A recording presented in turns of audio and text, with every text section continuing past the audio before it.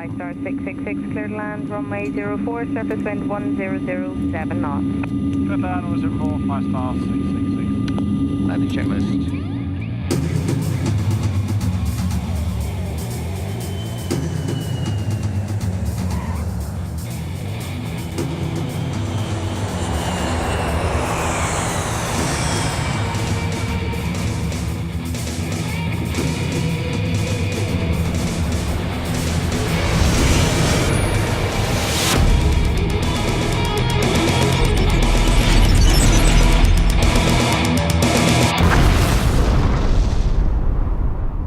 It was my idea, basically. It went back to something I did for an album called Skunk Works, one of my solo albums, when we actually took a very much smaller airplane with little propellers on it, little piston engines on it, and we went and bashed our way around the US.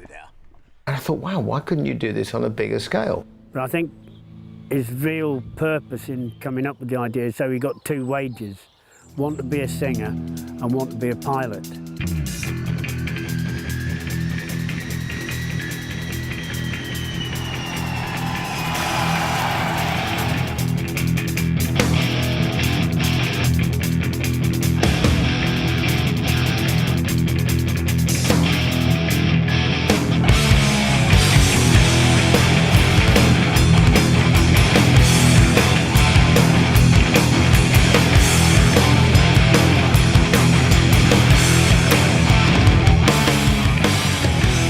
We were asked to go to Australia in '08, and we hadn't been there for a long time. We also want to go to South America.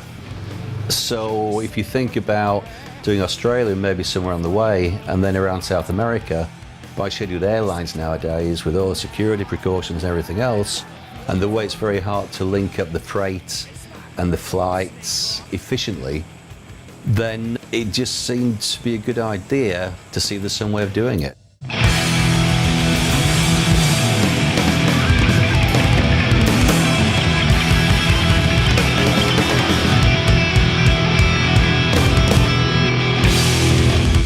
So I offered up this idea of an airplane, and I thought, well, can we get enough gear in the holds to make it viable? And it became pretty clear that we couldn't. And I said, well, okay, so why can't we use the back end of the airplane? Take the seats out, and we put a big cargo net in. The idea of the splitter bus in the air just seemed to be ideal if it could be done. And Bruce was, from the word go, yeah, we can do this. And he was like Bruce with so much energy straight away. He was around Australia the next day talking about the concept and the principle, and they agreed it was doable. And so we went to quite immense logistics and bureaucracy to get it done.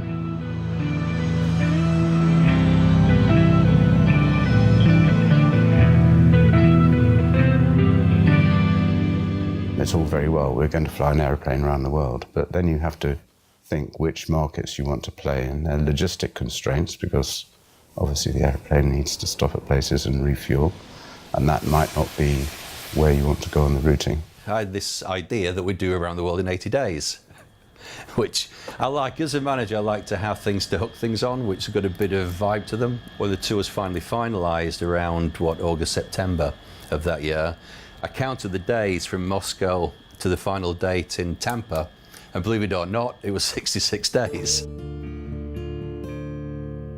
Here we are, romantic Southend Airport, and just lurking over there is Golf Sierra Tango Romeo X-Ray, otherwise known as Ed Force One, in bits because it's having a C-check. ATC Lasham are pulling the beast apart and putting it back together. And this is where I got my first job. Isn't that odd?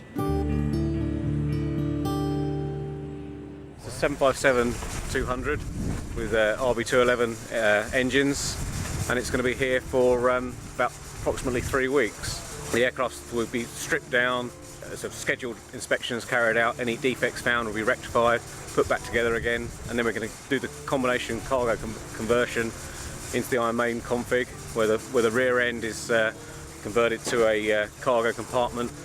We have the livery going to be put on in the hangar, so as you can see now it's a nice blank canvas, and we're going to be adding all the decals with the Eddie on the tail and the title down the back end, and it will leave here early February and positioned to Stansted, ready for its first trial load. Ships by the tenfold sail out. Normally we've got the band runs on a cycle of 3, 4, 5 years, something like that. There's that much forward planning goes on in what the band might be doing. Discussions on the production start very early. We do build the tours around the album. Bruce came up with a title, and I think it's just a bit of mischief from him, really, because he was sort of had the idea that people would then think it actually is the final tour. We all sort of had it in the back of our minds that it wouldn't be really the final tour, but I suppose it was, you know, a good little bit of gamesmanship from him, really. Once you've got that idea, the basic idea, then it just lends itself to all the imagery, for the set, for backdrops, for eddies and everything else. It's the hardest part is finding a little spark in the first place. And once you've got that, then I'm not saying it's plain sailing, it's a lot of hard work and a lot of fretting and sleepless nights when you're writing, but you know, you've got the initial idea and then that's, you know, you're up and running, really. Well, somewhere here at ATC Lasham, there is a big white bird, which should be in a few bits. Through this door should be, bingo, an aeroplane. There you go, with its nose slightly out of joint. Golf Sierra Tango Romeo X-ray, otherwise known as Ed Force One. And yeah, there she is, in bits, partially. Sight of land, face of contentment around in the air. The main thing that has completely changed the dynamic of our regular touring with Iron Maiden is the fact that we're flying everywhere on Ed Force One, and certainly for me there's a heck of a lot more work to do with regards to everything with the plane. I have to look after the catering side of things, where everyone is seated, how much luggage we are allowed to carry, and way in advance of all of that we have to make sure that everyone's got the correct visas as well. Visas are the most difficult thing to get. I usually start, for a tour that's happening in January, I usually start around about August. Now, we've all got 2 passports, some of us more, and it's quite legal to have 2 passports. Because we've probably got 15 visas to get in such a short period of time, because you can't apply for the visas unless you're within 2 months of actually going to the country. So you can't actually get the visas, but we get all the paperwork and everything done in advance so that we've got 2 passports, so that we get one lot of passports in for the first part of the tour, and then while we're out on tour, we then get the second one sent to us, we've got the next lot of visas in. We're travelling to so many different countries and we have to have the correct paperwork. Of course we do. It would be like anybody else travelling to these countries. The fact that we're travelling en masse, if one person doesn't have the correct paperwork, then it holds everything up. And then there's that whole knock-on effect that everything gets stalled. Before dates are confirmed, we basically work on a number of budgets based on alternative routes and different options, and Rod and I go through those figures, and then Rod basically works with the agent then to put together the final details of the tour. We're obviously covering some territories we've never been to, so there's been interesting challenges in terms of going to Korea and those Pacific Rim countries that we've never been to before. I have been waiting for 30 years since I was born. I think the current economic environment does bring challenges even to an act that's as successful as Maiden and doing very well in terms of ticket sales. Fuel prices change so dramatically that one has to be looking at forward buying fuel. Everything around the plane is complicated, just you don't actually just get in a 757 and put your gear on and fly off. It's all advanced work. The plane dictates what you can take. Nothing else dictates it. And then you've obviously got guitar preferences by the musicians, which depends on the songs. So lots of compromises all the way through to South America. Because the cargo compartment has to be separated in its entirety from the passenger compartment, we had to put a bulkhead in at this position and reline the entire end of the aircraft. Before we do the trial loading, we had to work out exactly how many pallets we could put in and to what maximum sizes we could accommodate. We want the monitor FX rack and Dougie's too. My job on tour is quite simply to look after all the logistics of the equipment and the aircraft. So essentially I am responsible for both loading and unloading the aircraft. Also then sorting out customs, local trucking, and getting the gear from show to show to show. Well, we're obviously prepping for the next round of the World Tour, and essentially today we were just practicing loading the pallets that go at the back of Ed Force 1, the combi section, which basically is backline, monitors, front of house control, and this is the heavyweight equipment without which we can't do the show. Adrian's amps. Is that Gonzo's? Can we try and build something and then... Well, I'm going to need... take the weights, yeah, and then we'll try and build it. Okay. So what is the designation of this box then? What are we going to call this box? That's still the monitor. Monitor FX. What we're trying to do is work out the weights of all the equipment and put it in the best possible orientation in a small area on the floor, which represents the size of the pallets on the aircraft. We marked out the size of the pallet, the allowable size of the pallet dimensions that we can use, and had to work within those restrictions, and also there's a height restriction as well, so it all has to be loaded and there has to be a flat top, it has to be square, which causes some problems. We have to put packers in, and again, if you're putting packers in, you have to take that into account for the weight limit as well, so if you put a packer in, you might have to take a bit of equipment off. Always a problem. Well, there we are. I wish I was a flight case, because that's the way I'd be coming in, actually, in and out of here. And, well, pretty much, this would be the cargo bay. We wouldn't have any carpet down, and it would be all lined, and we'd have some steel plates on the floor as spreaders, but basically this little section here would be where we'd put all the Iron Maiden kit.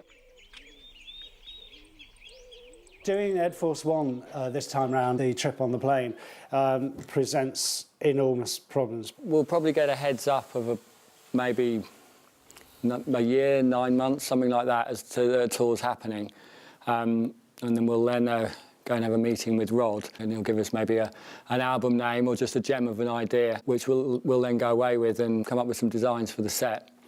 A lot of the ideas do come from the band initially anyway, so we'll give them what ideas we have, and we'll, you know, fairly well try and paint a picture for them, you know, in words if you like, whatever. Sometimes I'll send them some images that I'll pull up, you know, from wherever, just to give them some sort of basic idea of what I think the direction they should be going in. The brief that we got, I think, was we need to have a space station that's at the dirty end of the universe. It has changed a little from this point, and it does extend a little more left and right.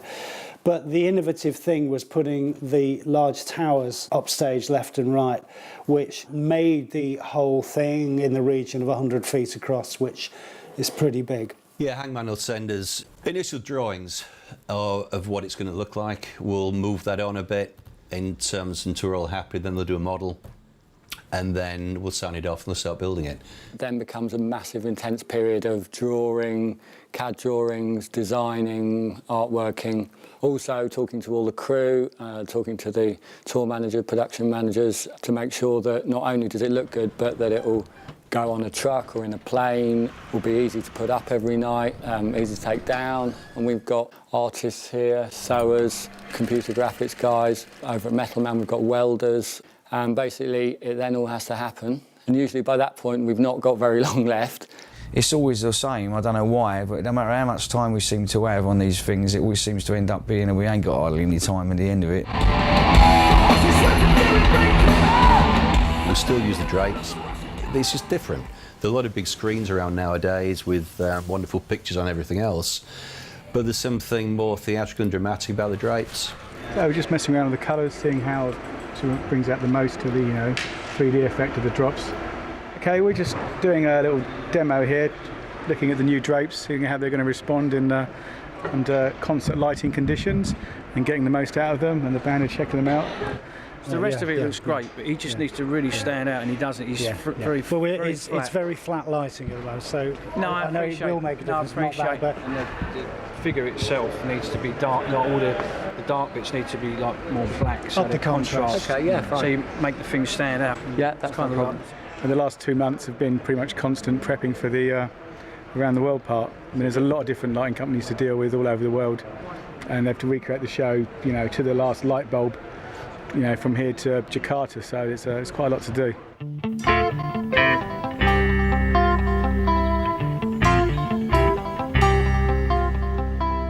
As you can see, these are the engine logos. These logos will be inboard and outboard, so whoever's flying on the aircraft will see the skull from the inside of the cabin.